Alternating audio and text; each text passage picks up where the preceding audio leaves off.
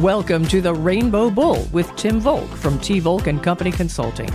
In this podcast, Tim, a proud member of the LGBTQ community, discusses a range of topics around the 5 capitals of a flourishing family: human, intellectual, social, spiritual, and financial capital. Tim will use this framework as he and his guest experts delve into the secrets of the wealthy and how we might learn from them. So let's get started on this exciting adventure together. Philanthropy, from the Greek for love and humanity. So when put together, it is the love of humankind. Well, Tim Volk's guest today brings a numbers background to his extensive work in philanthropy. But numbers are usually definitive and absolute. So Tim, how does Rob Kaufold make the love of humanity and numbers play well together? And how do you know Rob? Well, Patrice, thank you. I want to welcome everybody to our episode with a good friend of mine, Rob. He and I have spent many years together getting to know each other. We've been in some thought leadership groups together. I want to just tell you all, I think Rob is I'm a Rob fan. And I think one of the interesting things about the work Rob's doing today is it's just so far from where he started in his career as an accountant. And then from the accounting, he led the career into family office work, helping set up family offices, then running some family offices. And in doing so, found this passion in philanthropy. So I asked him to come on the show today to talk to us about philanthropy. And I think it's an interesting topic for a lot of reasons, as I've been in mission-driven organizations since I was very young in my career. I believe in volunteering our time and being very active in the community and helping others. I find, though, that there's a great joy in it. And so what I thought would be fun is to have Rob come on the show and talk to us about what he's learned, why he's made this shift in his career, and then what we can learn from him. And the first part of this first podcast, we're going to do 2 podcasts with him, which is very gracious of him, is sort of the hurdles in philanthropy, charitable giving, and you'll hear us use those terms, the values, resources, and the partnerships that you can have in philanthropy. And one of the things before I have Rob step off is I want to read a stat that he wrote in one of the recent white papers. And this stat is from 2014. The Foundation Center estimated there are 42,008 family foundations in the United States. In that year, these foundations provided 26 billion of gifts and had an accumulated asset value of approximately $401 billion. For reference, total charitable giving in the United States reached an all-time high in 2014 of $358.4 billion. Most of it came from individuals. And I think that, the field of philanthropy, when we talk about dreaming, we need people that dream in philanthropy, and we need the ability of these people to help encourage more dreamers in the field. Rob, welcome to the show. Hi, Tim. Thanks for inviting me. Great to be here. And I want to hear a little about you and how you got to where you are. I'd like to just spend a few minutes talking about your journey. So in family office work, as you know, Tim, the journey is never a straight line. So how you get here is always a little bit aware of what's around you and kind of just moving along with the flow, so to speak. And so, as you said, I started my career as an accountant, spent time on the insurance industry, spent time in public accounting firms and things like that. And in 2006 was invited to join a family office, Marshall Street Management in Norwalk, Connecticut, was my introduction to family office work. And that family did an inordinate amount of good work, mostly in the environmental space.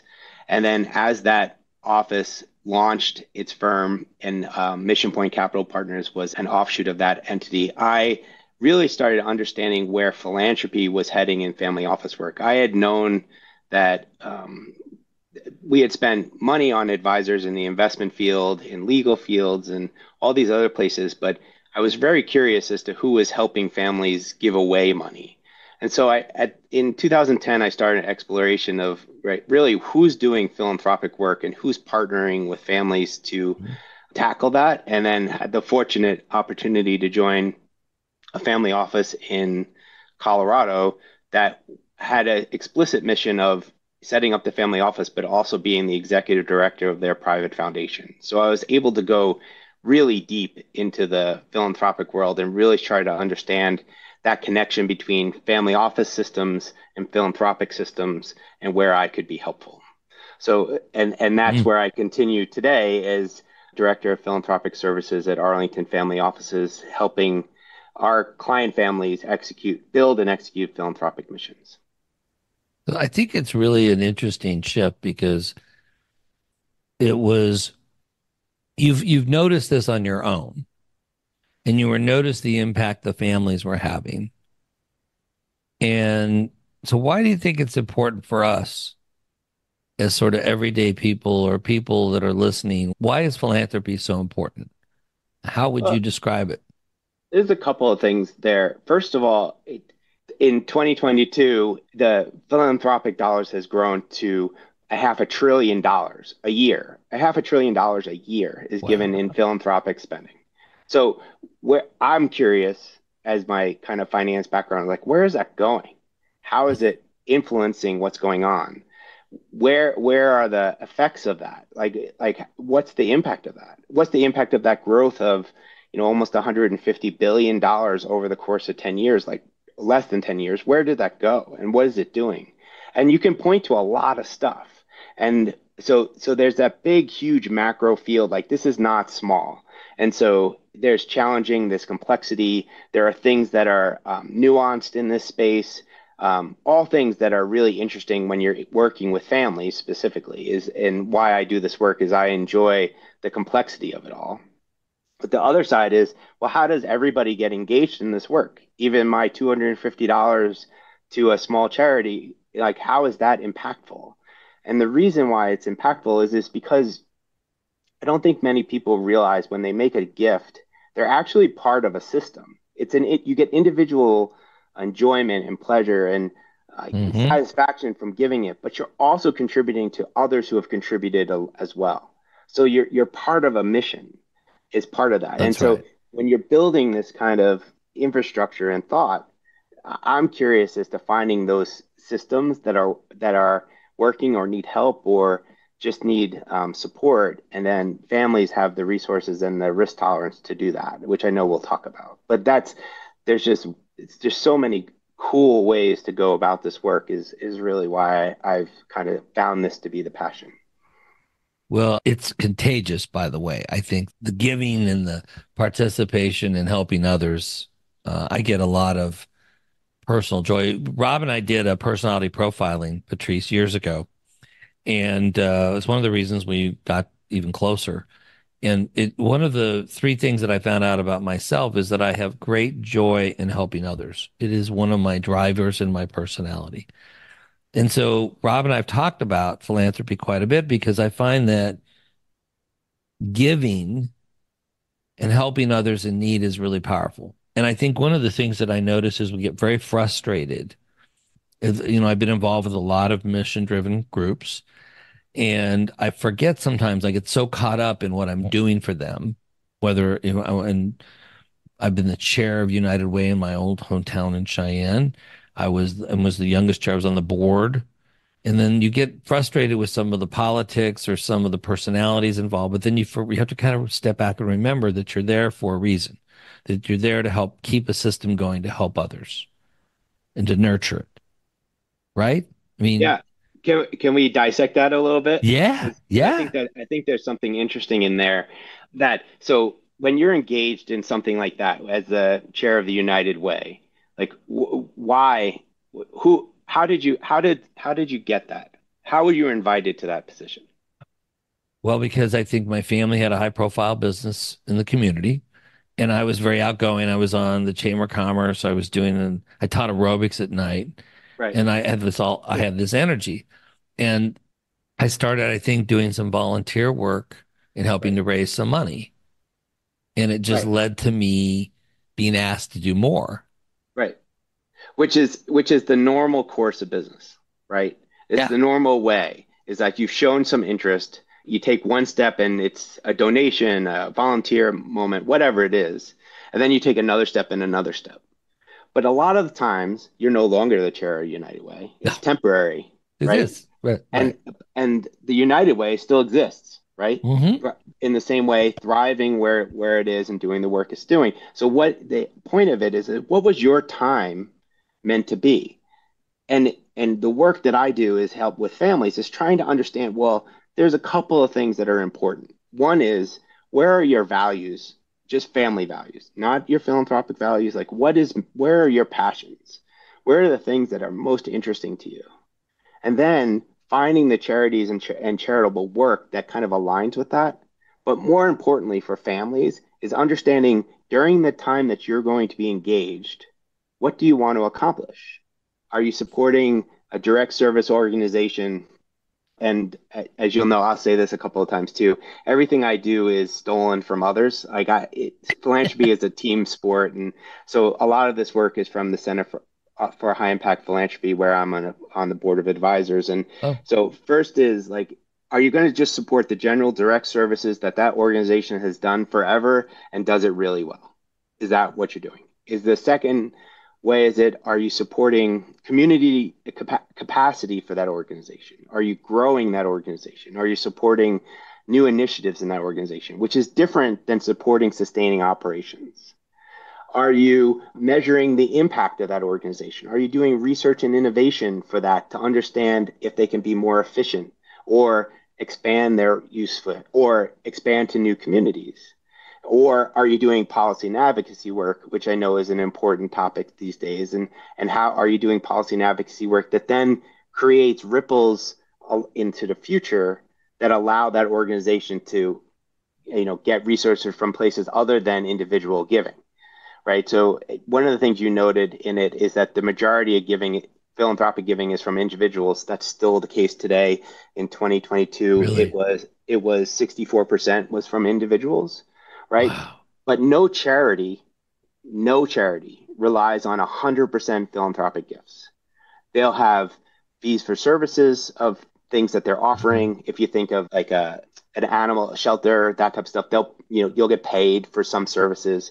You'll get money from government, public places, local and federal. There's where your policy and advocacy and philanthropy will be part of it. So a nonprofit has a business element of understanding where its revenues are from. And Hmm. philanthropic giving is only going to be part of it, even in the nonprofit world. And I think that's missed along the way. And so some of the work you can be doing in research and innovation or in policy and advocacy is understanding where those public resources are available for that nonprofit to lean into that then extends your Oh, gifts going forward. So I know there's a lot in there, but those, when you're engaged at that level, is you're really just helping direct services, sustaining the organization or doing new organizations, doing research or innovation, or doing policy and advocacy work. I think we're, in the different organizations, because as you're talking, I'm thinking about my own involvement. But one of the thoughts was, my grandmother, during the year I was a United Way chair, my grandmother had created the gift store at the hospital before I was born, and had really created a way for the hospital to raise money through their gift stores, right? Their merchandising. And Granny said to me, and we were challenged because it was a year that the national head of United Way got caught stealing money. And so everybody thought it was going to go away. And I'm like, the United Way is embedded in so many businesses, is such a big organization, and there are so many charities that are tied to it. That my grandmother said, well, I think we could do some good. Why don't we try to raise money? And I said, Granny, they don't have a high donor group. So we created a legacy club and created a high donor group, and she helped me throw this big party to start the whole Right. thing off. And I thought, well, there's a family event, right? Yep. That was my family supporting my effort, but also they knew in the community we needed to help some of the stuff. Right. So there's a lot of things in there. So it was your individual values were Hmm. adopted by the family for a philanthropic purpose. Wonderful. Happens a lot. Right. And it's ways to engage when there's all discussion of, how do we engage next generation in philanthropy? How do we promote our own family values? Do we honor individual values when we're promoting a family foundation that was founded by great, great, great grandpa that still has money in it today? Like there's ways to actually accomplish both is, helping individuals find their passion, find the things that are so incredibly annoying to them that it exists that they have to do something for it. Like supporting that, it's rare to find something like that. It's rare to say, nope, that's it. I found it. I want to do it. This is where I'm going to put all of my money and all my resources to it. And so, and then there's lots of things that go along with it after that. But that's that value of community, your value of supporting a community and being important in the central of that, and then using your family's power to convene is family philanthropy. It sounds so simple. It is pretty simple. The execution is hard. But it's also, Tim, in your past and what you're highlighting, which is skipping over a big one, is understanding where it is that you want to do your work is super hard to figure out because there's a massive amount of guilt of what you choose not to do. Oh Right. yeah, we all get hit up. Right. We get asked So all the time for stuff. Right. So most philanthropy starts for anybody, starts local. Your example for United Way. I want my community to thrive. I live here, I work here, my family grows up here, I go to school here. I want my community to thrive. So there's a ton of philanthropy that just starts local. Start right there. And then the second is like, well, okay, well then what am I interested in? Is it that there's a homeless problem Yes. in my community? Is it, and then you start getting it, you start peeling away layers of the onion of saying, well, okay, actually, this is a problem in my community, but it's also a problem in my state. So how do I help? So it grows from that local idea. But Yes. a part of that is like the things like you can, it's a choice of spreading your philanthropic dollars across many things to do good work. All philanthropy is good. I'll say that on record every time. I say it all the time. All philanthropy is good. The value of it and growing it is can have different layers of impact, right? But all philanthropy helps something, right? And so at the end of the day, when you start going and say, okay, I'm interested in homelessness, but I'm not interested in environmental issues. Fine, great, that's awesome. Like that, you're going to dedicate your resources to something that's like specific as homelessness, and you're not going to dedicate is a focus issue that or a challenge that our families of wealth all have done before. They've created That's right. businesses by targeting an idea or a product or a service, and then concentrating all of their assets into one thing to then create massive wealth, right? So what if they did that in philanthropy and said, okay, homelessness is my issue. I'm going to solve it. And then I'm going to Wow. put all my resources. And when you start where the industry gets a little bit trips over itself is saying, well, environmental issues are part of homelessness. Of course it is. Yeah, of course. Like of course there's connections to it, but it's don't dissipate the family's interest in concentration because that's where, as you said, the dreamers really show up because their families are good at that. And that's how they've created their wealth. And if they're ready to commit that kind of talent, resource, expertise to an issue area, go and So support that as we go forward. if we had, so if we stop and do sort of a language check, when we talk about philanthropy, or we talk about volunteering, or we talk about charitable giving, do you decipher any of that? Does that, No, I don't. it's all part of I, it, right? it's all. So the caveat here is my accounting brain only works in one direction. It only works in the system, right? It only works in the system. So all those things are critical elements within the system of philanthropy. All have different levels of importance, all have different levels of commitment, Okay. all are part of it. But in the system, they're all needed, right? So all of those things I feel carry equal weight. As much as I need financial donations, as much as I need volunteer hours, as much as I need a family to convene a donor circle.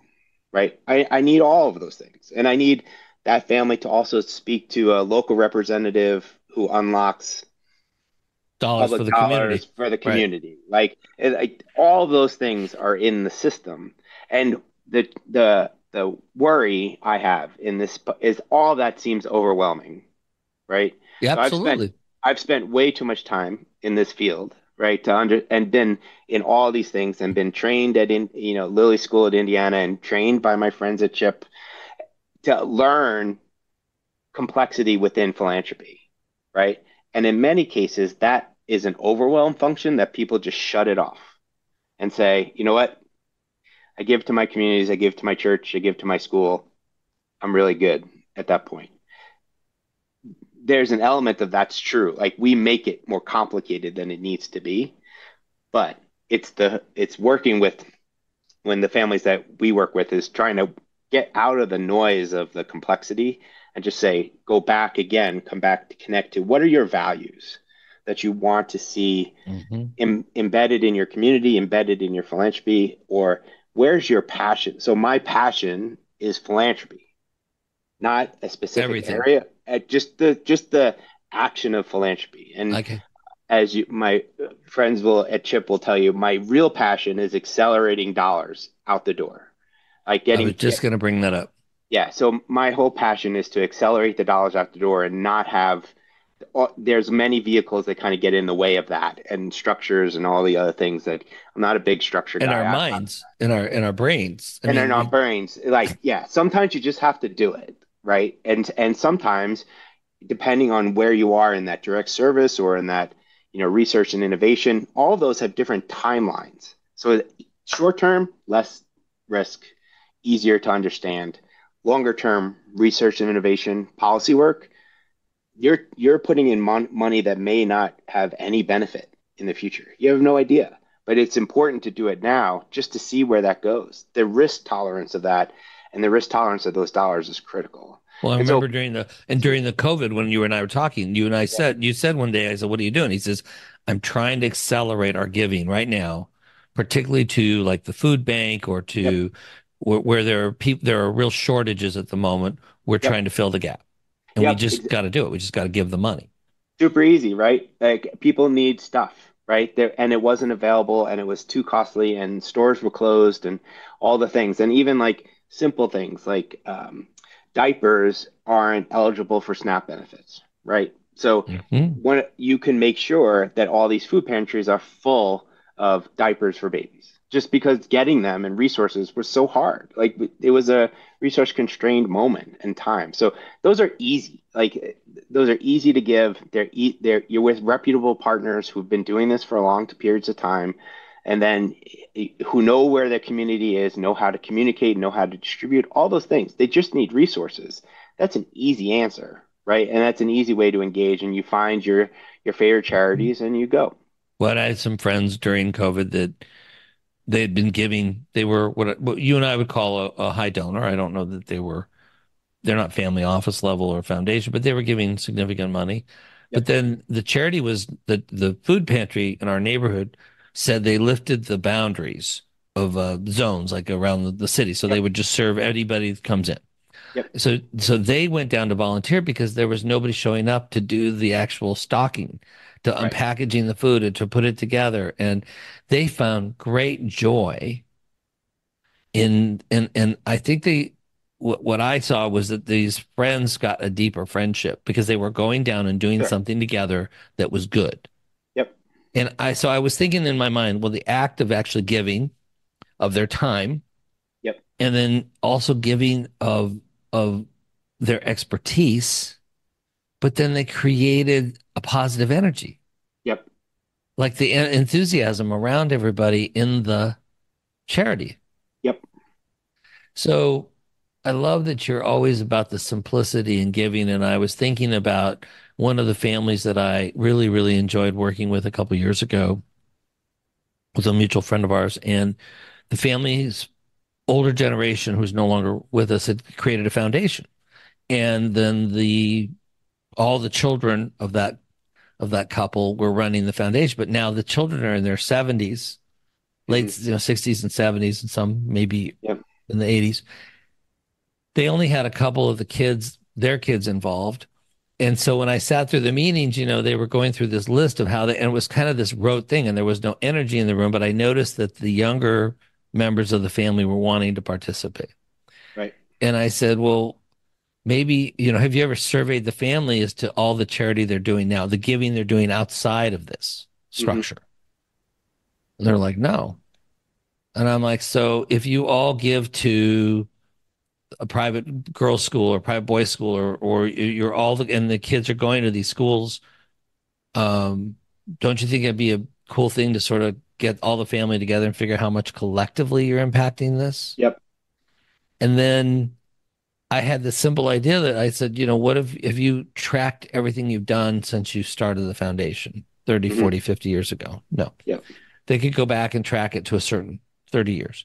Yep. But when they shared that in this family meeting we had, the younger, all of the family were taken back by what they had done in the community. Yeah. Across the board. And this is a pretty conservative area, but the family had made donations to Planned Parenthood, to trees in the park, to walkways, to the symphony, to medical. Yep. Amazing. Yeah. Nobody knew about it. Nobody knew about it. That's part of the work, right? Is really understanding there's that immediate glow you get after you make a gift, right? But what's the longer term impact? There was one of the pieces of work I did for a university long time ago was they had a scholarship program for students. It had been running for 25 years, like 25-year scholarship program, not insignificant. Impressive. Yeah. Right. And the school was talking to the family, and I was working with the fundraiser at the time, and I was talking to the family, like the family's not sure they want to continue. Like 25 years is a good run. Like, is this good enough for us? And I said to them, have you ever had one of the original recipients write to the family as to what it meant to them 25 years later, or 20 years later, or 15 years later? Wow. And they were like, no. I'm like, yeah. Like, it's the understanding the longer term impact of what your dollars are doing presents opportunities to help you in the present, right? It's like, okay, I get it. Like, of those kids, 80% of them are thriving, 90% of them are employed, like all the things that come along with postgraduate education or post high school graduation, all the things, they weren't capturing that. And so therefore, it's not always on the donor in that case to understand, like the donor has to ask for that stuff. And sometimes there's a lot of burden on reporting and impact. And we could talk about that too, on the nonprofit side and to measure impact. But there are easy low-hanging fruit things that I always think are helpful to understand. So understanding how a scholarship recipient from 25 years ago is doing today is important to understand if I'm going to continue this program going forward. Those are data points that you can gather along the way that I think are important to understand it, and is the responsibility of both parties to make sure that that kind of base level data is being captured. And then for what purpose, right? So the purpose in that case was to, how do I extend the program? The purpose is to design a new intervention for a community and understand who it works for and who it doesn't work for. That's really important, because maybe you actually stop doing something because you've learned something, or you continue it, or you advance it. Like there are small pieces of data to understand what's going on, and it is everybody's responsibility in that time period of your gift, whether it's 1 year, 3 years, 5 years, to understand what do you want to accomplish during that period of time. The thing that's important to understand in that is the nonprofit existed before the gift, will most likely exist after the gift. Yep. And so you have to match your timing, right? So if I'm giving a 1-year gift, it is unreasonable for me to think, well, what are you going to accomplish 10 years from now if I give you a 1-year gift? It's unreasonable, right? And it's unreasonable for the nonprofit to develop some kind of measure to say, actually, if you give us $10 today, we're going to accomplish this breakthrough technology in 10 years from now. That's not going to happen. There needs to be better work on aligning goals within the period of your gift. So if you're giving a 1-year gift, what can be accomplished in that 1 year? What can be learned in that 1 year? What is important in that year? What is the executive director saying, hey, you know what? If I had $10 right now, I would do this because it'll tell me all these things. super important. And it'll help learn all the other things that are in my organization. Great, awesome gift, right? Or maybe it's a 3-year gift, or maybe it's a 5-year gift because you've learned something in the first year and says, yeah, but it's going to take us 3 years to get this off the ground. You have to be ready to make that commitment to say, okay, yep, get it. I need to do it. And that's, we can get into this a little bit too. There's a bit of this is the trust-based philanthropy in the world right now is how that's being described. And this is kind of what I'm kind of dancing around a little bit. But it's that engagement and partnership between the person giving the gift and the person Mhm. receiving the gift and the ask for help that helps in this process of really understanding what is the ask for help.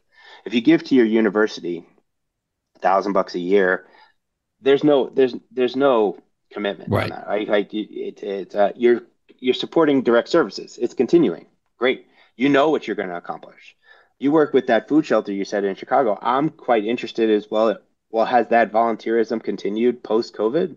Hmm. Probably in most cases, yes. In a lot of cases, no, because you get into donor fatigue issues and That's the right. economy is different and all the other things that factor into that.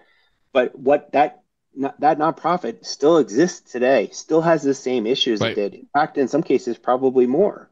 More, they're So, serving more people. right. Which it makes no sense to me when we have a top economy, but the exact thing you're saying, the exact same thing that the executive director said, look, I need dollars. Yep. We need, because I said, well, what can we do to help? I mean, we can give you $2,500 Right. or something like that, right? Which is a good gift, but Yep. and they love it. They'll tell you that $2,500 will serve 10,000 meals. I mean, they have their direct number Yep. as to what that's going to impact. However, Yep. I said maybe we should host a party, just like you said. What if we hosted a Convene. party? And I said, why don't we do it during Pride? Why don't we get the LGBTQ community and our friends, our allies together and raise money in honor of Pride to, honor our community, and it's because it's in the area we live in, Chicago, Lakeview. It's based in Lakeview, but now it's got a bigger name and they're trying to grow it to serve more people. But she said that'd be great. We've never done that. Right. We've never had that ability. And then we had a friend of ours that say, okay, well, we'll match for the month of June of 30, they'll do a dollar for dollar match up to a certain dollar amount Yep. for that 30-day period and say, okay, what, and we did, we raised enough money to do a dollar for dollar match. Sure. So we took our gift and we made a much bigger, Yep. 10 times or 20 Right. time impact. Yep. Matchings are effective. Matchings are more effective when what you said, partnered with the executive director because they know where to go. They know their donor base Yep. and they know their donor base that responds to dollar matches. Sometimes it doesn't exist. So if you just created a donor match profile and you did some work and he's like, yeah, I think my community is going to work here. Maybe it does, maybe it doesn't.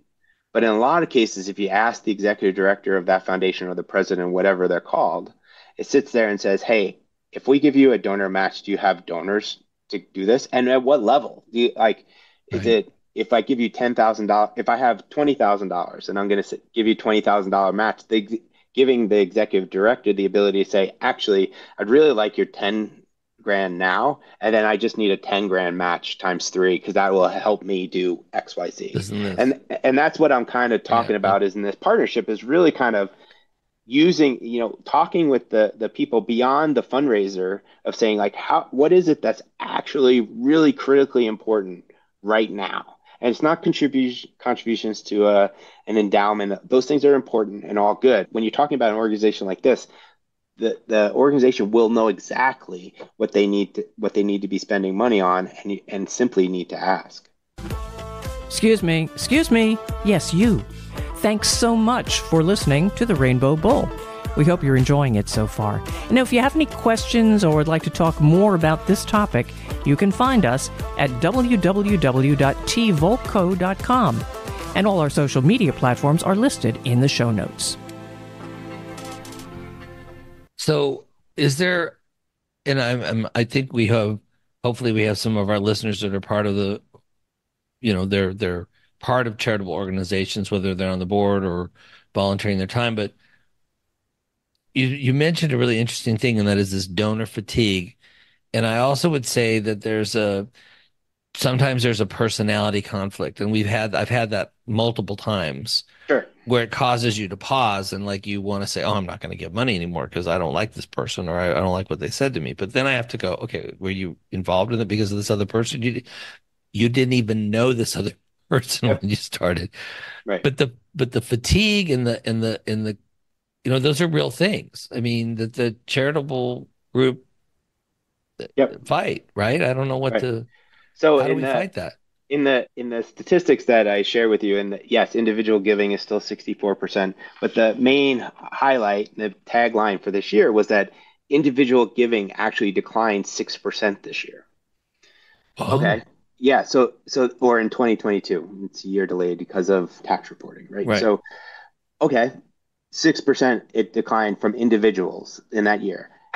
It's an interesting stat to understand what it meant, what might be happening, or it's an invitation to go see what did happen and where is the money going and why didn't it? And the other side of it is that the stats they're giving in the philanthropic field, so a geeky stat for a moment, are all from 990 research. So tax form 990 from the IRS, they're publicly available. Anybody can view them.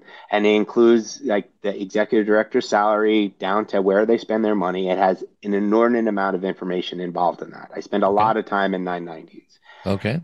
So that's part one. Part two is that Not the that you're give a geek, not that you're a I numbers am. geek. I am definitely am. But the other part of it is Giving USA, who publishes this data, is gets their information from the IRS, from their tax fees. So your tax returns will show you, they will show where that money is being Oh, given. So what's important to know is that this charitable giving is the money that people use to reduce their taxes in their giving. So they got a benefit on their taxes for giving, right?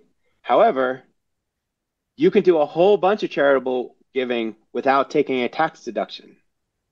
That's called okay. that, and therefore, and that is not captured in any of this.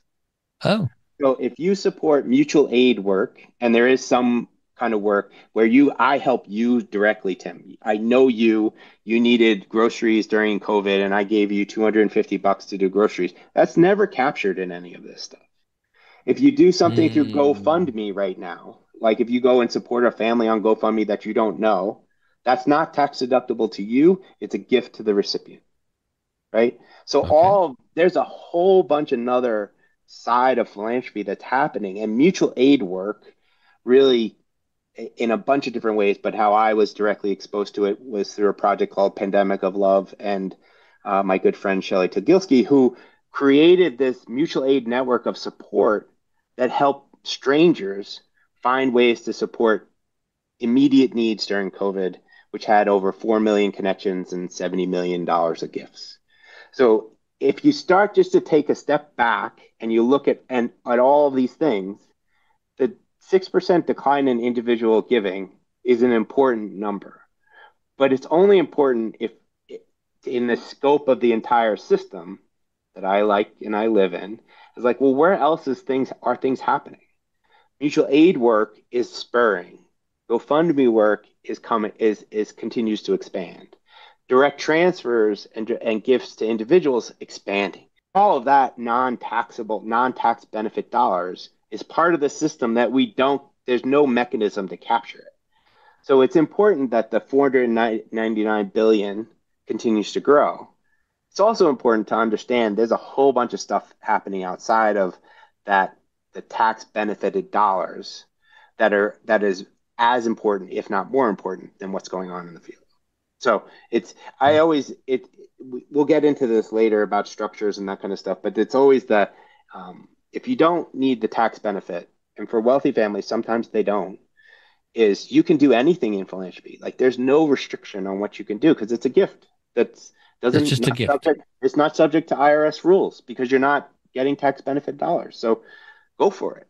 But there's a balance in there that I think is going to become more important over the next couple of years is the balance between tax benefited dollars and and non-tax benefited dollars and where those go and how people give and how fundraisers attract type of stuff. It's different. It's a little bit different, but it's just, and it's a long way of me saying the 6% decline in giving after a bunch of years in COVID and with donor fatigue, where it's like Mhm. I've run out of resources and I need a break.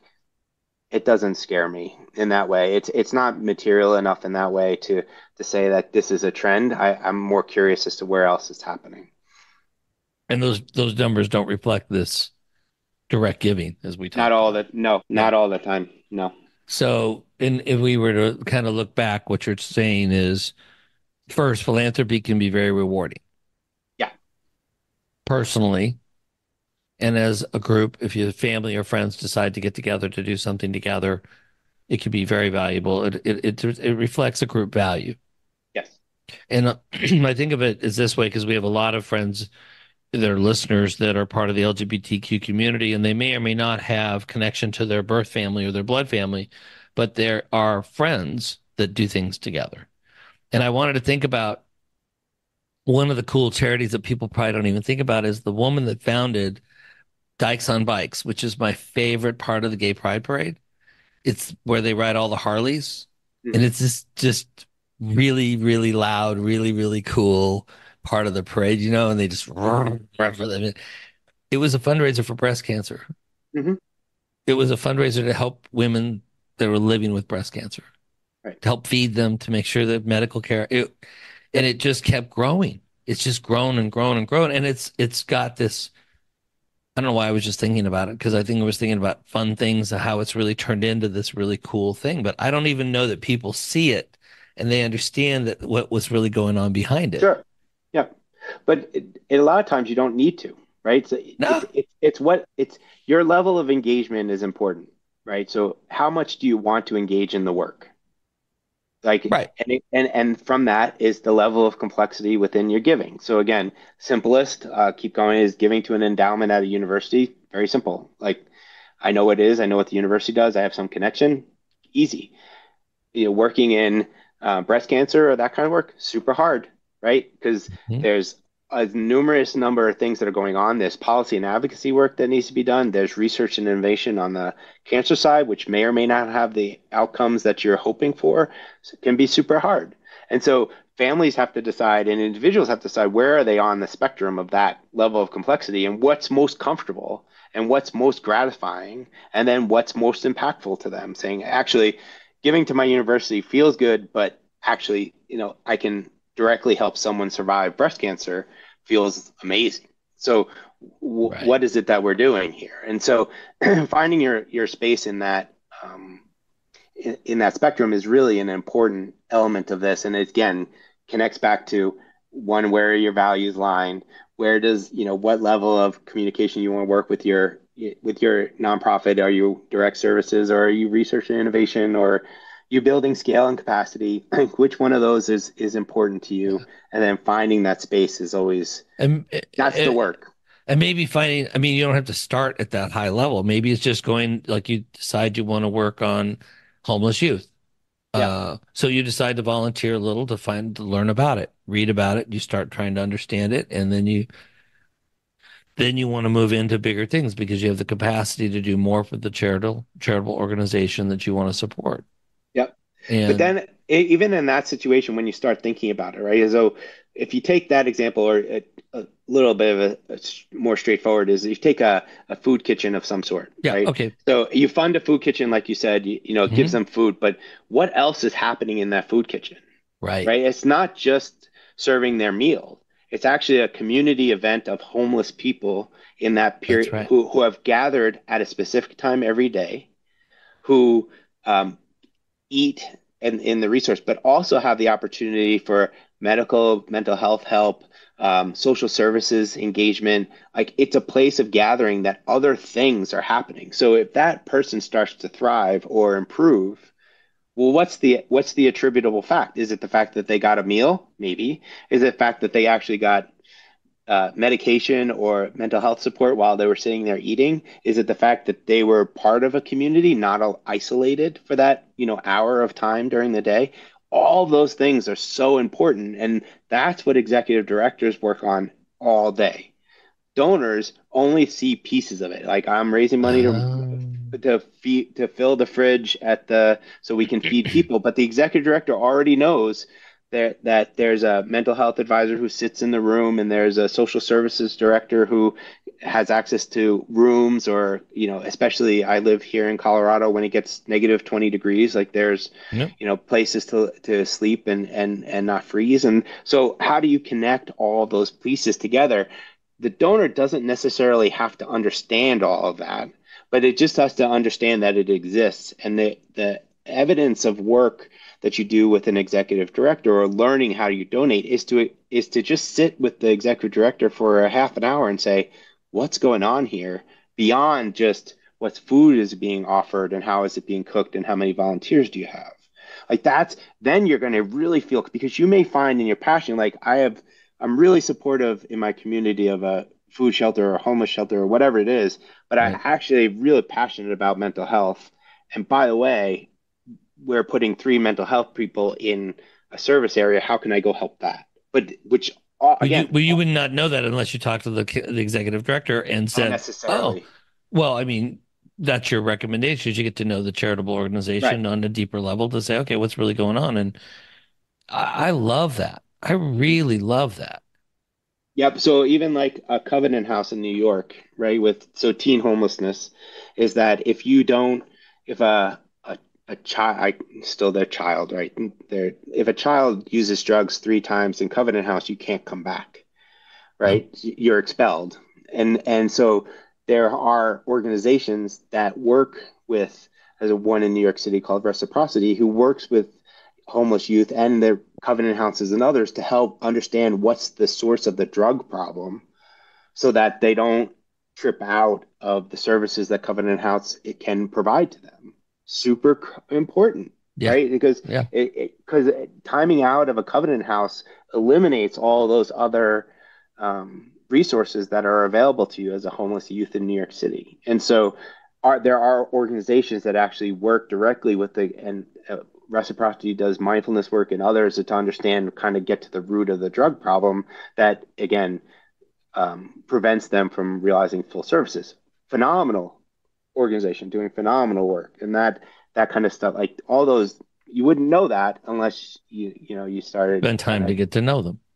yeah. So as we wrap this up today, Yeah. what are the key things that you want people to remember from our talk today?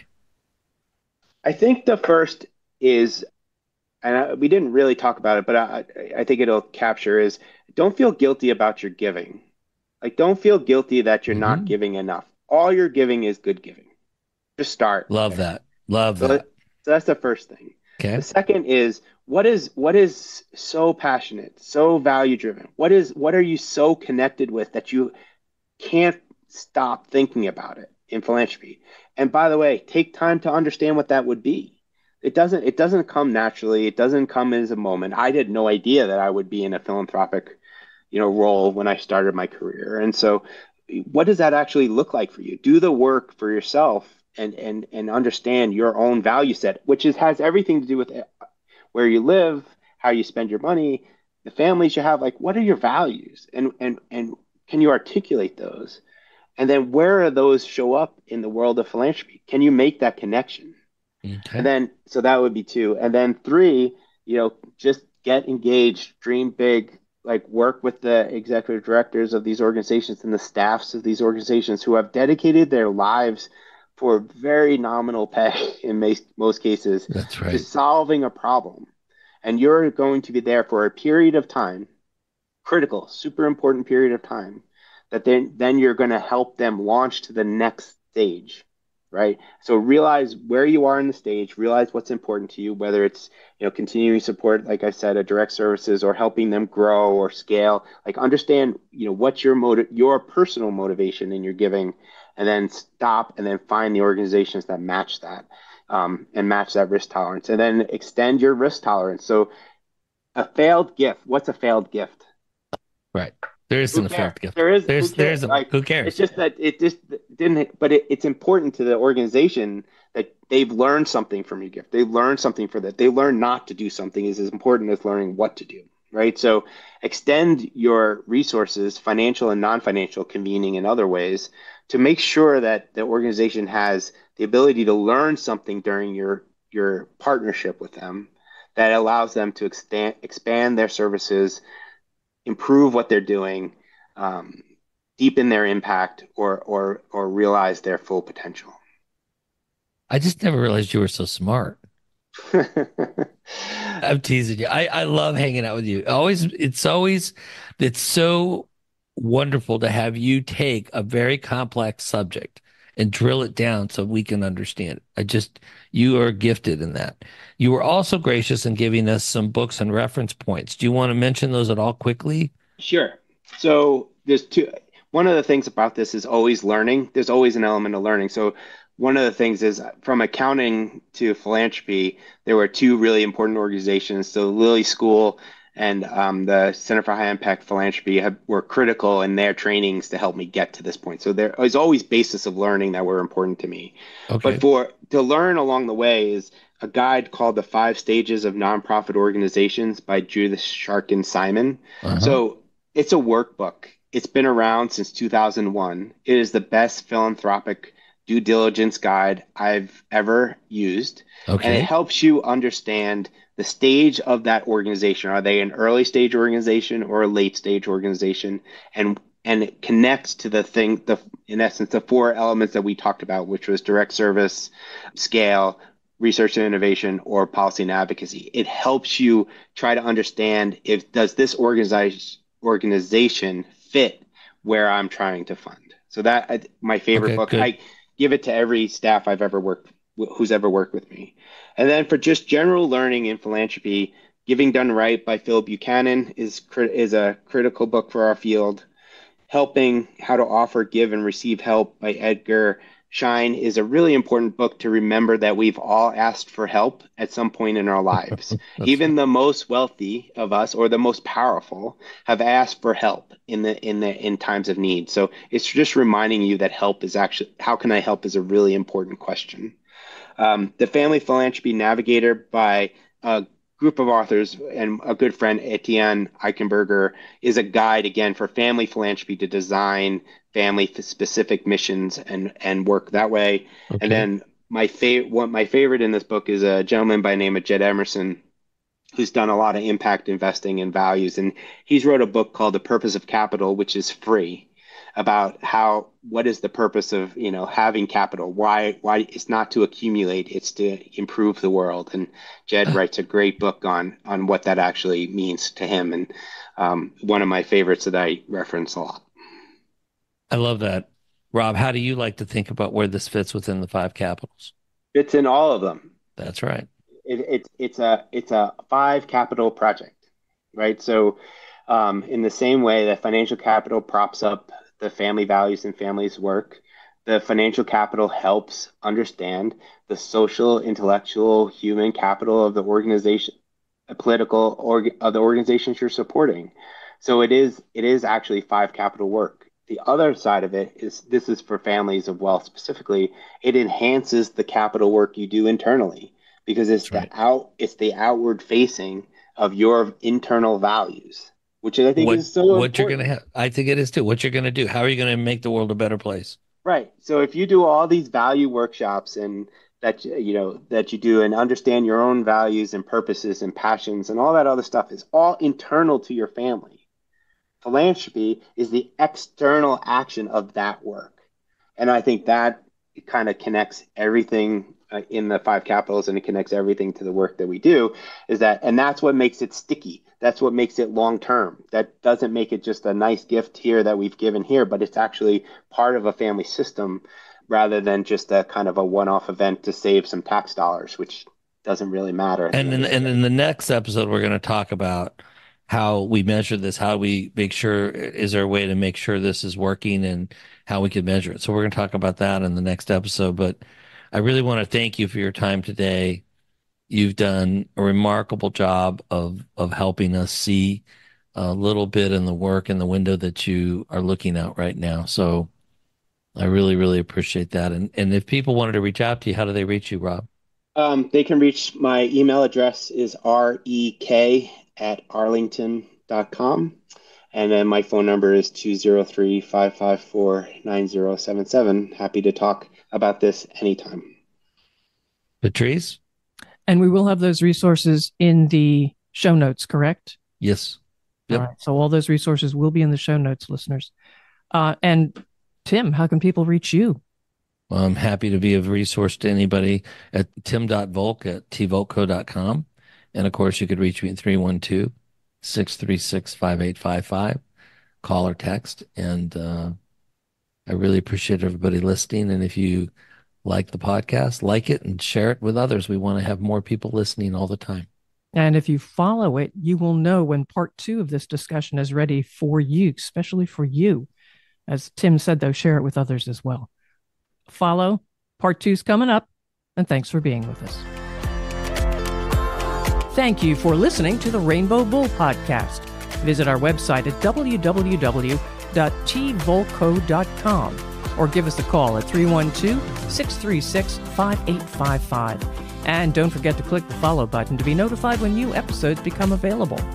The information covered and posted represents the views and opinions of the guest and does not necessarily represent the views or opinions of T. Volk and Company Consulting. The content has been made available for informational and educational purposes only. The content is not intended to be a substitute for professional investing advice. Always seek the advice of your financial advisor or other qualified financial service provider with any questions you may have regarding your investment planning.